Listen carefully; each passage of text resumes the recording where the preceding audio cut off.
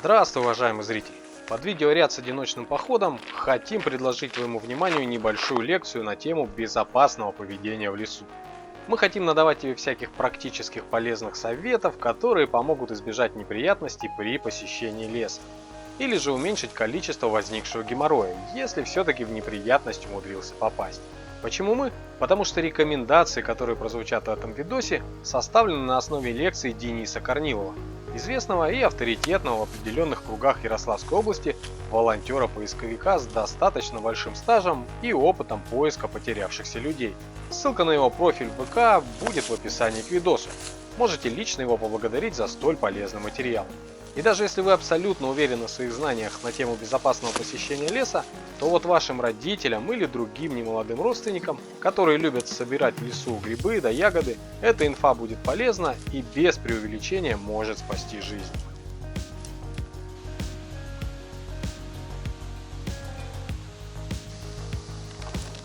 Итак, к делу.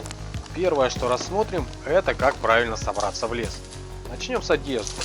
Помните, что среднестатистический обыватель ходит в лес не партизанить и прятаться, а скорее всего за грибами, ягодами или какими-то другими дарами природы. У старшего поколения как-то традиционно сложилось, что в лесу надо надевать разного рода камуфляжи и максимально темные одежды. Ну, наверное, это повелось еще со времен СССР, когда, пожалуй, полстраны было кадровыми военными, а еще полстраны прошедшими военную службу. И у всех в кладовках лежали эти самые камуфляжи. Где их донашивать?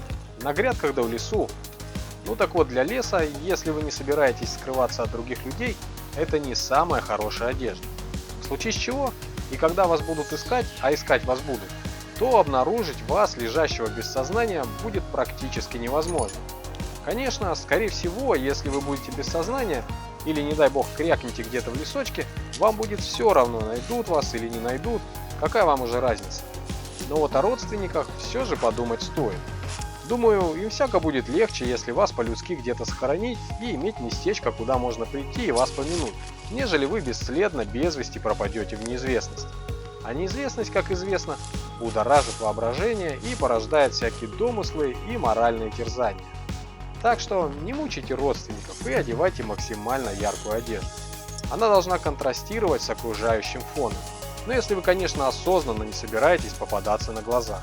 Такие ситуации тоже имеют место быть, но сейчас не о них.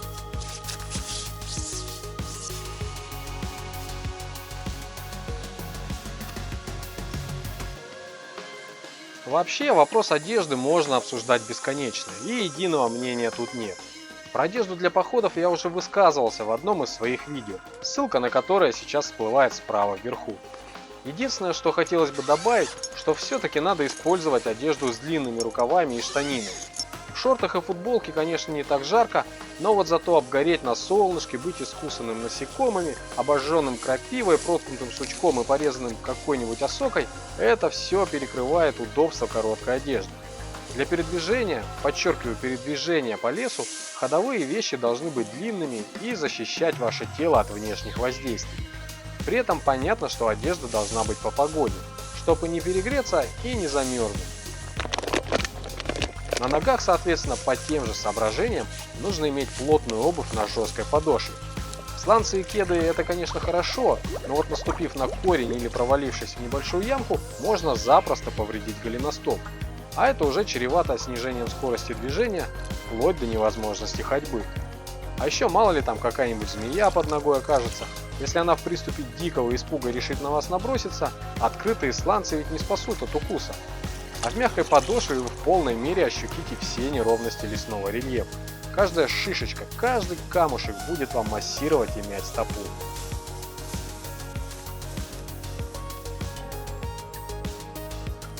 Еще важно иметь головной убор, тоже яркий, и с козырьком.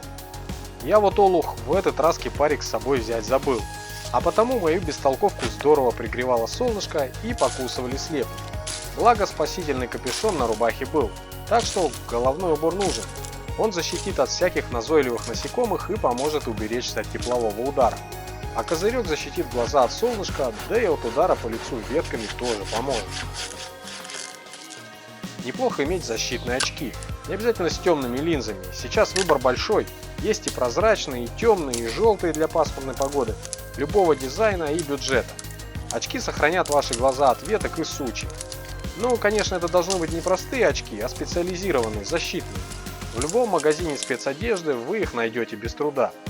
Я, к примеру, использую очки от солнца только такие, со специальными защитными от механического воздействия линзами.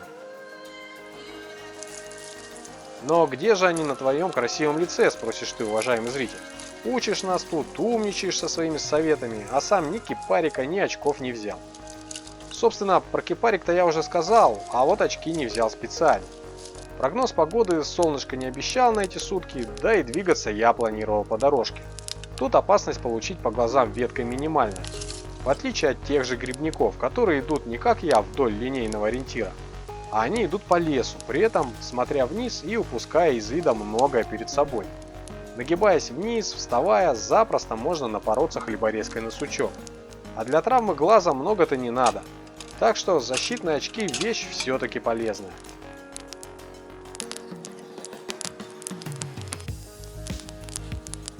Еще не забудьте взять с собой документы и наличные деньги. Поместите их в герметичную непромокаемую упаковку.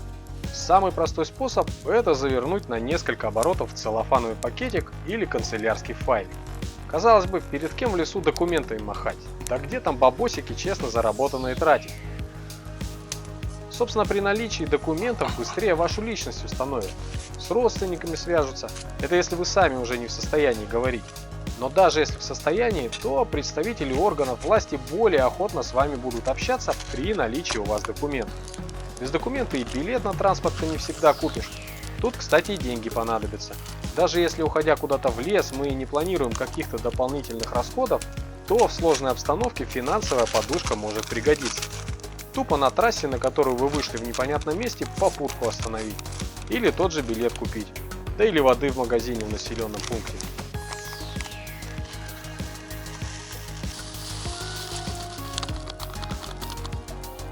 Также не забудьте повесить на шею пару полезных и энергонезависимых гаджетов, таких как компас и свисток.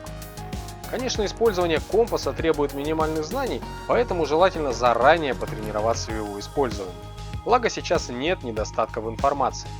Понять, что такое азимут и как его использовать, на самом деле не так сложно. Но зато, сходя с какой-то дороги или просеки в лесную чащу, вы всегда сможете на нее же вернуться.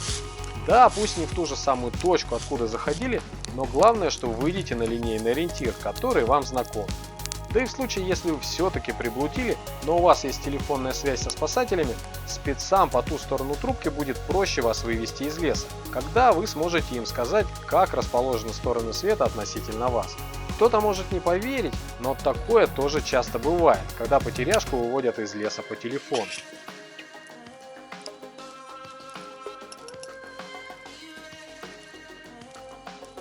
И вот если компас кому-то может показаться совсем уж сложным прибором, то вот маленький свисточек – это прям доступный гаджет для каждого. С его помощью вы сможете на большое расстояние обозначать свое местонахождение, при этом не орать, надрывая глотку. Ваш, казалось бы, громкий крик все равно слышно не так далеко, как свистульку, да и не проорете вы долго. Голос сядет, и со временем, когда поисковики будут совсем рядом с вами, вы уже не сможете им помогать себя найти так же эффективно. Особенно если воздух осенний и холодный. Да что говорить, свисточек своим звонким звуком и зверя дикого отпугнет. А ведь зверье, даже безобидное и просто ходящее где-то рядом, и хрустящее поломанными ветками, может здорово пугать и негативно воздействовать морально. А моральная устойчивость в случае нештатной ситуации очень нужна.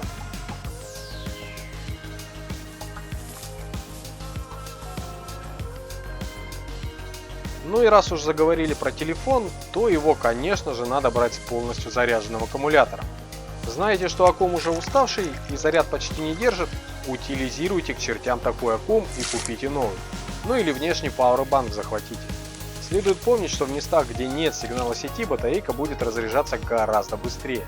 Например, я, когда хожу куда-то и использую телефон как средство навигации, то для сохранения заряда батареи всегда отключаю одну симку. Вторую симку тоже выключаю, но только если не ловит сеть.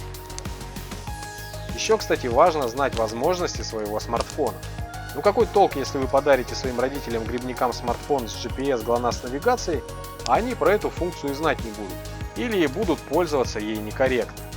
Прикиньте, как, наверное, будешь чувствовать себя неловко, если приблудился, поднял на уши спасателей-поисковиков, которые тебя нашли в лесу и вывели, а потом оказалось, что у тебя в кармане лежал по сути навигатор, с помощью которого можно было бы самостоятельно выйти из леса, никого не напрягая.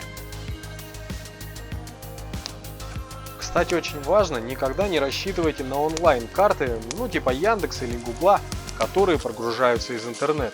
Будьте уверены, как только вам действительно понадобится функция навигатора в смартфоне, интернета у вас не будет. И вместо красивой карты с указателем вашего местоположения вы увидите только голый экран и неинформативную стрелочку. Проверено на себе лично. Поэтому обязательно загрузите в смартфон локальные карты, которые корректно работают без интернета. Ну и не забудьте защитить смартфон от влаги.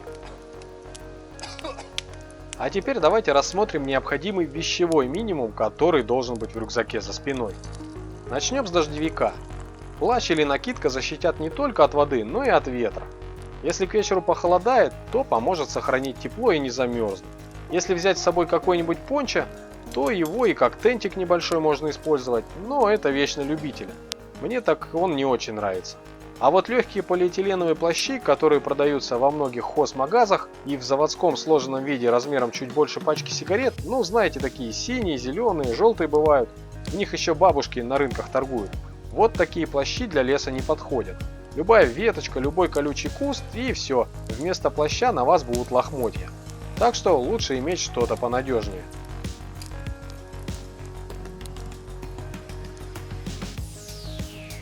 На случай темноты в рюкзаке надо бы иметь фонарь. Надо понимать, что ночью в лесу вы полностью недееспособны. Куда-то идти или что-то делать в таких условиях будет не только некомфортно, но и опасно. Мало того, что в темноте можно еще больше уйти туда, куда не надо уходить, так ведь еще и запросто можно получить какую-то травму, провалившись в канаву или яму, ну или напоровшись на все ту же банальную ветку. Ну и, как говорится, запас карман не тянет, поэтому комплект сменных батареек для вашего светила могут быть не лишними.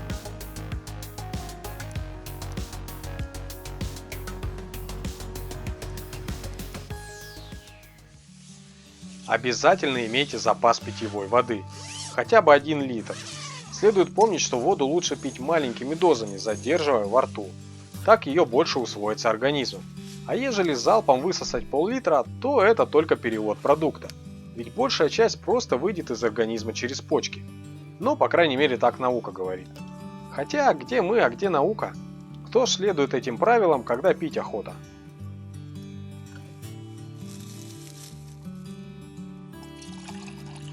Вспоминая про следующий необходимый аксессуар посетителя леса, любой поисковик вам скажет, что у потерявшегося курящего человека шанс выжить в лесу гораздо больше, чем у некурящих. Догадались, о чем речь?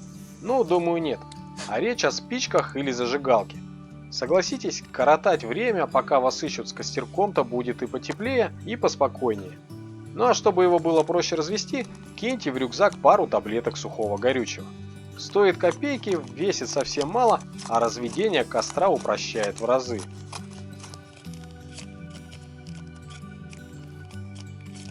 Следующий необходимый элемент – это аптечка. Маленькая, буквально самые необходимые вещи – бинт, пластыри, что-то обезболивающее, что-то кровоостанавливающее и для обработки ран. Думаю, это вот основной такой минимум. Ну и, конечно же, какие-то необходимые лекарства в зависимости от особенностей организма. Тут каждый сам знает, что ему нужно. Я вот с определенных пор не хожу в дальние походы без слабительных. Запор – это у меня не хроническая тема, но он очень сильно портит жизнь. Крайне полезно будет иметь запас еды на пару приемов. Только вот не стоит брать в летний зной что-то скоропортящееся в виде сосисок или там вареной колбасы. От жары такие припасы позеленеют, испортятся, а вы потом продрищитесь и будете страдать от обезвоживания. Следующим пунктом идет веревка. С ее помощью в случае вынужденной ночевки проще будет построить какое-то элементарное укрытие. Кстати, веревку можно заменить на бухту скотча. Скотч вообще универсальное средство, им и починить что-то можно, и скрепить, да и вместо веревки для постройки того же укрытия вполне сойдет.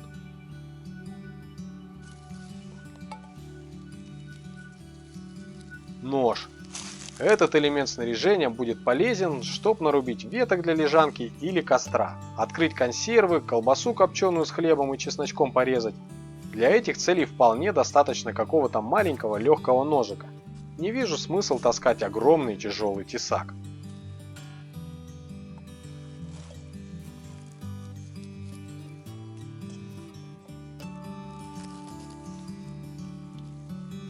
На этом пока прерву первую часть мыслей на маршруте про лесную безопасность. В следующей части планируем рассказать о том, что следует сделать перед выходом в лес, а также что делать, если все-таки приблудился. Ну и важно помнить, что данные советы актуальны для центральной полосы России и для теплого времени года. Еще раз спасибо Дэну, что собрал в кучу и обобщил рекомендации по теме лесной безопасности. Используя его презентацию как план, мне оставалось только изложить их более подробно, дополнив какими-то своими жизненными примерами.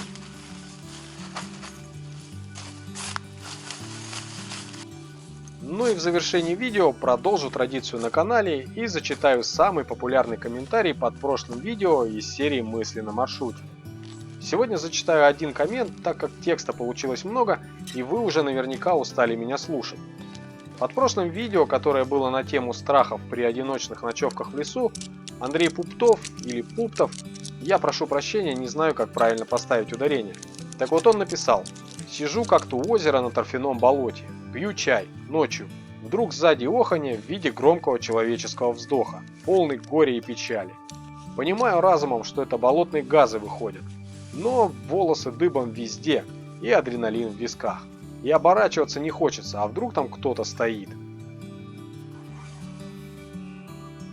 Да уж, блин, болотные торфяники — это цитадель всяких звуков и образов. И если к образам, как я в том видео говорил, привыкнуть можно, то вот неожиданные звуки реально пугают. Или к каким-то постоянным звукам можно привыкнуть. Ну, например, сосна скрипит. Вроде жутко кажется в тишине леса, но ничего, привыкаешь и потом вообще не обращаешь на это внимания. Но вот если лежишь такой в палаточке по темноте, и вдруг раз, где-то неподалеку сухая ветка обламывается и падает, то можно и писнуть маленечко. Кстати, часто под видосами на тему одиночных ночевок присылали ссылку на видео, где показывается, как некий охотник пошел в тайгу на охоту, и ночью какие-то бесовские звуки его тревожили. И если это не фейк, то звуки-то реально стрёмные. И я не хотел бы их услышать и с подобным столкнуться. Но вот в комментах под тем видео какой только дичи не встретишь про всякую паранормальщину. Не, я бы, конечно, тоже бы стреманулся не на шутку, услышав такое. Но на чертовщину бы это списывать не стал. Ну сколько в лесу может быть звуков, которых я не знаю и к которым не привык? Да полно таких звуков. Может там звери какие в период гона, или может в капкан кто угодил, да мало ли что. Ну, я бы, наверное, тоже бы пошумел в ответку диким криком, какой смог бы издать, а потом костер развел поярче и пожарче, а то вдруг реально какой страшный зверь. Глядишь, огня испугается, не подойдет, да и внезапно намокшие штаны просушить на нем можно.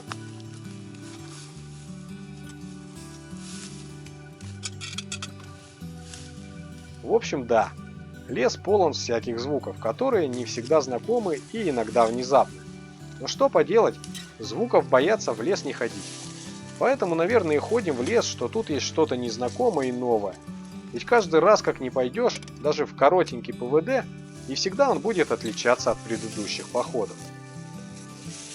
Все, ребзя, на этом все. Закругляюсь, а то и так много наговорил. Не теряйтесь в лесу и безопасных вам походов в лес и не только в него.